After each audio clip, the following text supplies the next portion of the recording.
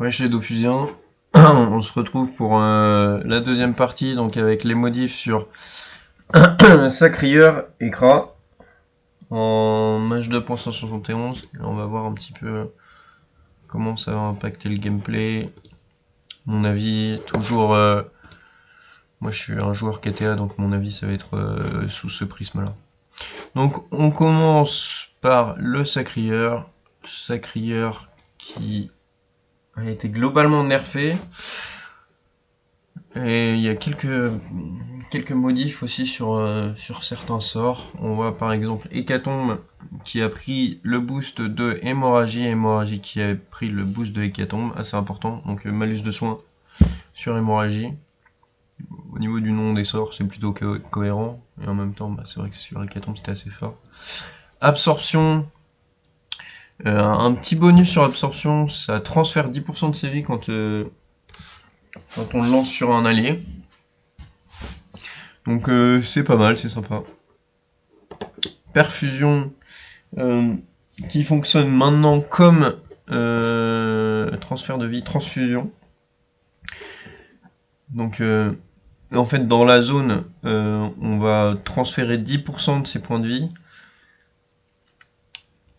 Par contre, ça ne le fait plus à partir de la souffrance 6. Donc avant il y avait des paliers sur Sacrieur, donc à chaque souffrance ça changeait, par exemple sur la PO de attirance, la PO de transposition, etc.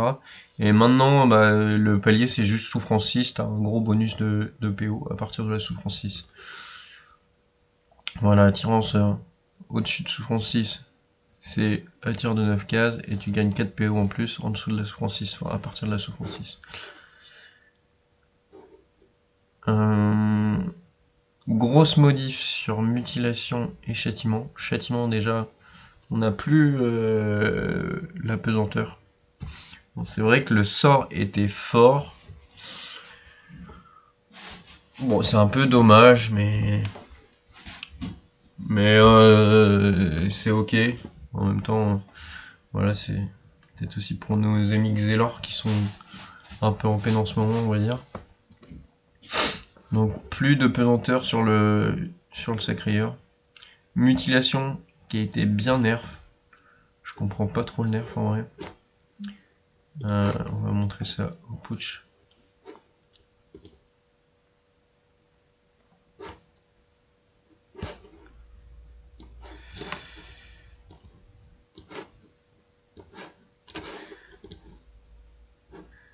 Donc, muti, en gros maintenant, euh, donc on perd toujours 10% de ses points de vie par tour.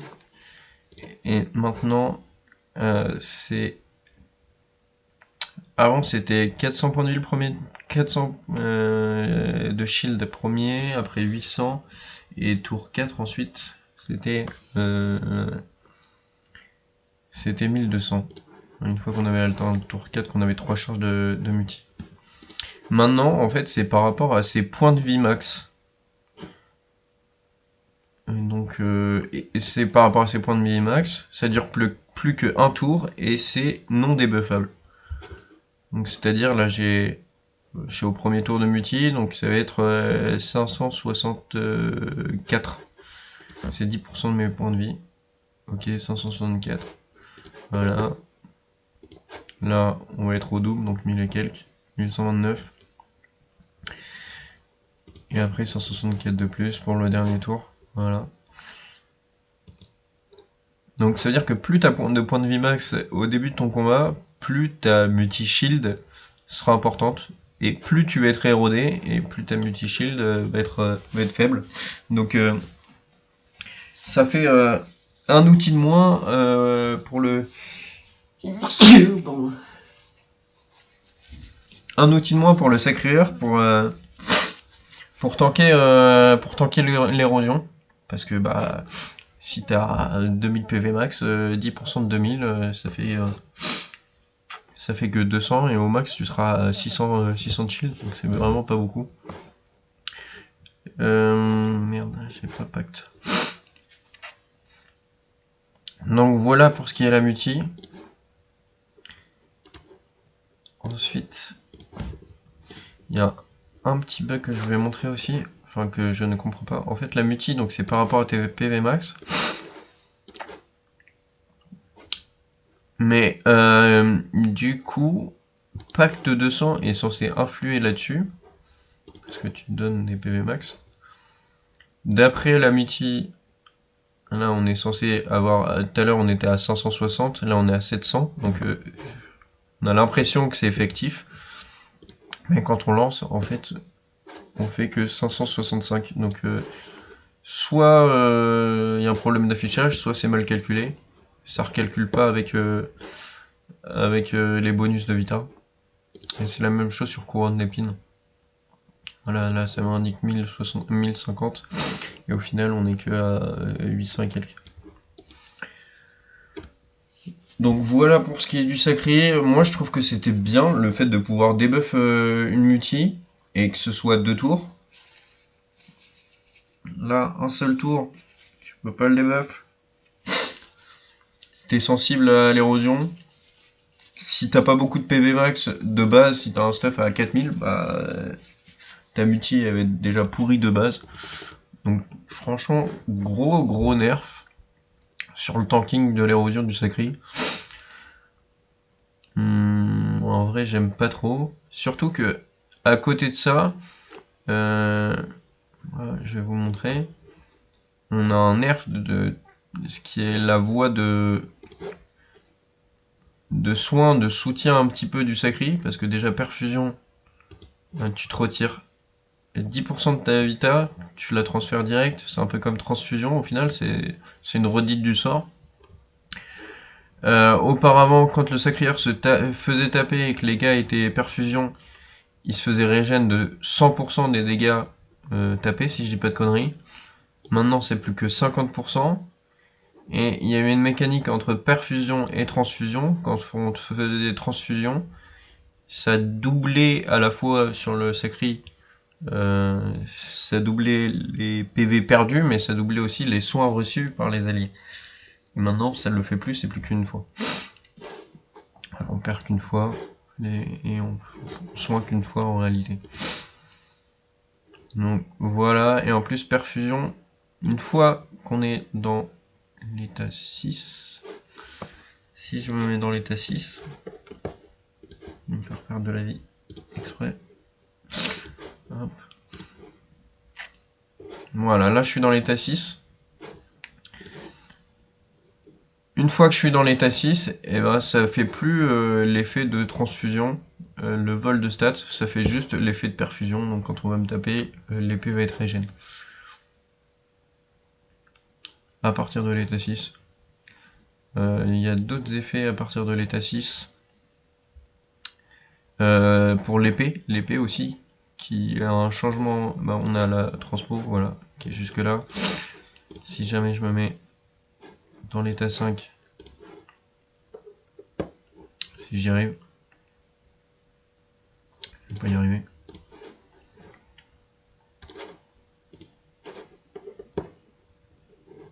Voilà, je suis dans l'état 4, c'est apparemment pas mis à jour. Là je suis dans l'état 4, voilà, j'ai 4 PO de moins sur la transpo. L'épée dans l'état, avant l'état 4, avant ça soignait tout le monde qui était en sous-perfusion, et ça soignait également le sacri. Là ça soigne dans une zone de 3 autour de la cible. Le sacri, peu importe qu'il soit dans la zone, il va être soigné. Voilà. Sacri soigné. Et à partir de l'état 6,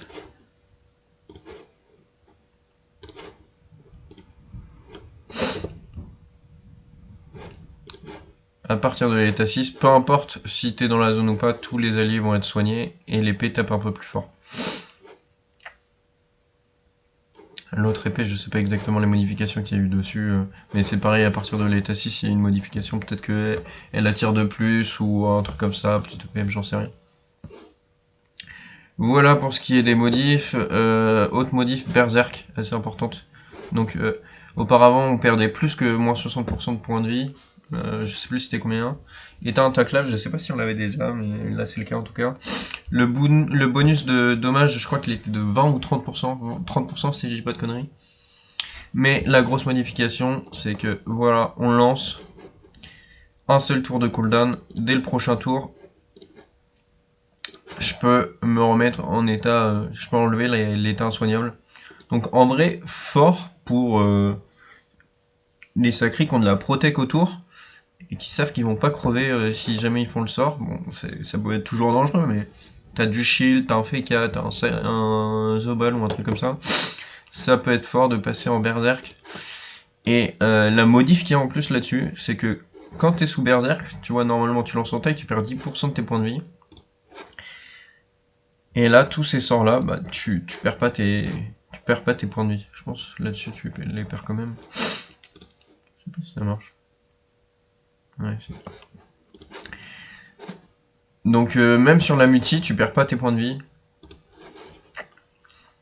La mutie qui était censée te faire perdre 10%, là tu perds pas tes points de vie et tous les gros sorts, genre en taille. Il y a quoi d'autre je sais pas si j'ai des sorts. Carnage, etc. Bah tous ces sorts là, sous mutie, tu perds pas tes points de vie. Donc assez intéressant. Globalement, je pense que c'est un nerf. Un nerf que je comprends pas trop. Surtout du sacré soutien. Sacré, c'est pas spécialement cheaté dans la méta. Et oui, ils l'ont nerfé. Hécatombe, hémorragie, ça, bon, c'est des petits nerfs. C'est pas bien méchant. Le châtiment, peut-être qu'il avait besoin de ce nerf sur la pesanteur. Mais la multi nerf. Et surtout, ce combo entre transfusion perfusion qui a été pas mal nerf et je trouve ça un peu dommage. Le reste est sympa.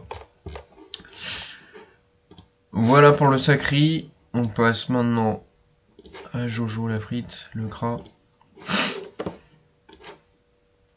En speed, le Kra, les modifs qui ont été faites. Représailles qui a pris une partie du sort de Vendetta, c'est-à-dire que quand tu tapes le mec qui est représailles, il prend 5% de dommages subis en plus, cumulable 3 fois je pense.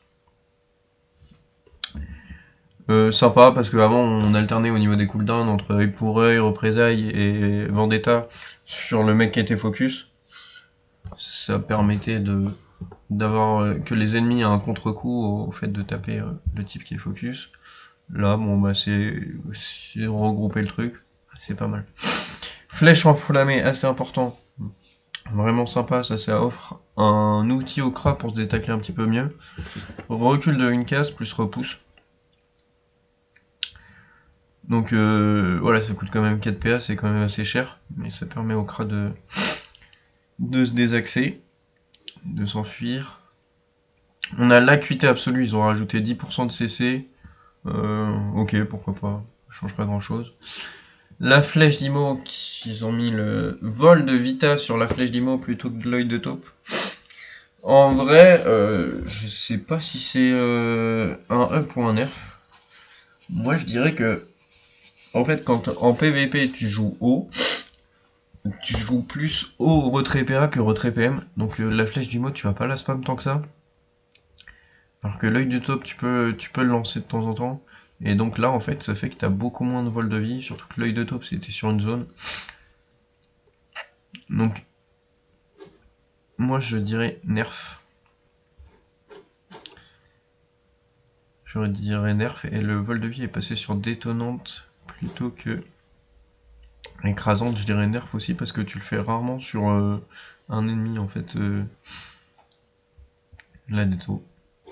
Tu l'as fait sur une balise ou un truc comme ça, et t'as pas le vol de vie sur le proc de dégâts suivant. Donc petit nerf sur les vols de vie de ces deux voies là. Pourquoi? Surtout sur la voie haut, qui est la moins forte du crash, je pense.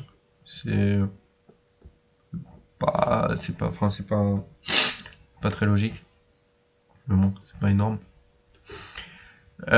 Ok, maintenant on a les deux balises qui sont variantes l'une de l'autre. Pourquoi pas. avec la balise de rappel qui te soigne de 10% quand t'es coop, si j'ai pas de conneries. Enfin, quand tu prends la coop vers la balise de rappel. Donc, petit ajout sympa.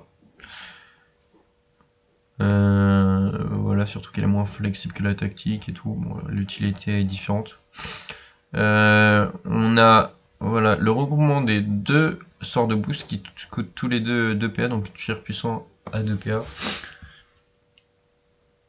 Avec un tir puissant qui a plus les pourcents CC, donc ils ont regroupé dommage poussé et puissance d'un côté, et dos fixe et coup critique de l'autre. Alors c'est marrant parce que souvent quand t'as besoin des dommages fixes, t'as pas besoin des CC. Les CC vont mieux avec soit les dopous soit la puissance. Et quand t'as besoin des dopous, t'as pas besoin de la puissance. La plupart du temps. Je pense par exemple, là si t'as besoin des dopous, tu préfères jouer avec les dos fixes. Tu vas jouer par exemple Kratira. Un Kratira, si tu vas sortir des dopous avec la flèche de recul et des conneries comme ça, bah t'es mieux d'avoir des dos fixes. Et la puissance c'est mieux avec les coups critiques. Mais en même temps ça rend les sorts pas trop forts aussi. Donc sur le Kra, c'est pas plus mal. Autre modif, voilà, on a les flèches de repli en diago, ça c'est sympa. La dévorante qui a été nerf, tu peux la faire plus que 2 fois par tour, alors qu'avant c'était 3. C'est bien parce que c'était trop fort. Le miroir aux alouettes qui va être de moins en moins joué parce que œil pourri a été buffé. Tu peux le lancer directement sur le Kra. Ce qui fait que à chaque fois que le Kra va se faire taper, tous les ennemis vont être repoussés, alors qu'avant le Kra pouvait pas lancer sur lui, il pouvait pas bien se protéger lui-même. Il pouvait le lancer sur un ennemi, mais si t'as 3 ennemis, il y a que un ennemi sur les 3 qui va être repoussé quand il tape le Kra. Et en plus de ça, si jamais tu le lances sur un ennemi en particulier, et bah à chaque fois que tu vas taper cet ennemi-là, tu vas te soigner de 20% pendant 2 tours. C'est un peu comme la proie de Lugina, quoi. Sympa. Sympa comme type mécanique, en plus. Ça va inciter à pas le faire uniquement sur un allié ou sur soi-même, mais à le lancer aussi sur un ennemi. Et ensuite, on a ces deux sorts feu là qui vont gagner le coup critique. La tyrannique avait déjà le coup critique, mais pas sur le proc des poisons. Maintenant, elle l'a, et la fulmie qui avait pas de coup critique, et maintenant qui a un coup critique. Alors pour la fulmie, et la fulmie a eu un nerf également sur le nombre de cumul du proc. C'est-à-dire qu'avant, le max était 10. Tu pouvais booster jusqu'à 10 fois augmente de 10, donc jusqu'à 100 de dégâts sur la fulmie, si ça rebondissait 10 fois. Donc ça allait jusqu'à 138 dégâts. Et maintenant, c'est plus que 5. En vrai, c'est un nerf en PVM, mais pas en PVP, parce que c'est rare que tu proquais plus que 5 rebonds sur la fulmie. Et en même temps, en PVM, t'as tendance à plus jouer sur les crits, donc au moins là, t'auras les coups critiques. Donc c'est ok. Franchement, ça change pas grand chose. La Tira, par contre, le coup critique sur le proc, moi perso, j'aime pas trop. Ça va faire encore plus de dégâts dans le jeu. Donc on va avoir des gros Tira full de crit. Et ça va faire super mal, surtout en colis. En 3v3 préparé un petit peu comme la draft, bah voilà, tu vas sortir des stuff récri, répou contre des cras et ça va se tanker, mais je sais pas, il n'y avait pas besoin de cette mécanique, je trouve.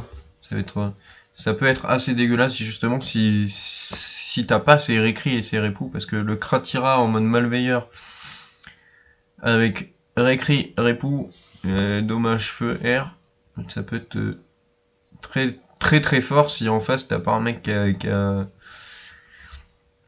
les protections, le stuff adapté, quoi. Et ensuite on a Sentinelle qui passe à 2 PA, ok, plutôt que 3, ok, pourquoi pas. Et Vendetta qui gagne un sort d'érosion, on va reparler tout de suite de l'érosion, c'est assez intéressant. Donc Vendetta, qui c'est 15% CC, ça marche un petit peu comme le sort du... Je crois que c'est l'étreinte de Valkyr, du Forge Lance. C'est-à-dire que si tu lances sur un allié ou sur toi-même, une fois que le mec qui est sous Vendetta est tapé par un ennemi, et ben celui-ci, il prend les 15% des érosions pendant 2 tours. Et avant, c'était les dommages subis, maintenant c'est l'érosion. Donc, ok, franchement, pourquoi pas, c'est pas mal. Si tu lances directement sur un ennemi, aussi tu peux lancer tous les tours. Si tu lances directement sur un ennemi, ça fait 15% d'érosion et un malus de coup critique. Alors, pour l'érosion, on va parler de la voie terre qui a perdu son érosion. Flèche érosive qui est devenue flèche cinglante et qui repousse de 2 cases. Et moi je trouve ça très dommageable parce que ça nous fait encore un sort redite. C'est encore un sort qui pousse. Sur la voie terre, on a déjà un sort qui pousse qui est flèche de barrage, tir de barrage. On a en plus, on a en plus la cinglante. Donc, et on a la cinglante, le répulsif, la flèche enflammée, le tir de barrage, le tir de recul. On a l'érosive, c'est que des flèches qui poussent. L'œil pour œil, il y a trop de trucs qui poussent. La percée qui a perdu sa poussée par contre. Mais enfin, ça sert à rien, la mécanique, c'est bon. Il y en a assez sur la classe, il n'y a pas besoin. Et surtout, pourquoi enlever l'érosion sur la voie terre? En fait, chaque voie avait son truc, quoi. La voie haut, c'était plus le retrait. Donc globalement, en 3v3, c'est mieux le retrait PA. Retrait PA. La voie terre, c'était le DPS mono-cible. Avec de l'érosion. Et la voie feu, c'est le DPS en zone. La voie R, c'est le gros DPS avec la dévorante, le malus de soins, le poison, un petit peu de placement du truc à distance, quoi. Et en plus, en fait, le truc, c'est que on avait le retrait PA avec la voie R pour jouer soutien. On avait l'érosion et le dommage de cible avec la voie terre. Et en feu R, on avait l'érosion tout en tapant aussi finalement. Parce qu'on pouvait jouer tyrannique et proc les dégâts de la tyrannique directement avec l'érosive. Ce qui faisait que quand tu érodais, tu tapais en même temps. Alors que la voie terre, si tu veux éroder, tu peux plus taper en même temps. Tu es obligé de faire soit Vendetta, donc un sort à 2 PA que tu peux pas cumuler, donc c'est 15% max. Et ensuite taper avec tes sorts, mais tu peux pas taper et éroder. Tu lances des érosives, mais tes érosives c'est dans le vent, c'est juste pour mettre 10% pour 2 PA. C'est un peu cher, surtout qu'avec la voie terre, bah voilà, il faut utiliser flèche de repli. Parce que les sorts sont moins souples que la voie R ou la voie feu, t'es obligé d'avoir des lignes de vue, etc. Donc, franchement, ouais, gros nerf de la voie terre. Ce truc là, franchement, pousser, on s'en bat les couilles. Limite maintenant, c'est mieux d'utiliser tir de couverture. Et ouais, pourquoi enlever l'héros? Je trouve ça dommage. C'est pas. Maintenant, on va voir qu'un seul type de Kra, c'est le Kra tyrannique, quoi. Donc, ça perd en diversité. Et en équilibre au niveau des. En équilibre au niveau des voies élémentaires. Donc, dommage. Voilà un peu pour mon avis sur le Kra. Vous me dites, vous, ce que vous en pensez. Et puis après, si vous avez des envies pour la suite, je peux faire des présentations de stuff, montrer un petit peu des trainings avec des compos sympas, des trainings en drafts KTA avec des compos sympas, ouais. Voilà, la bise.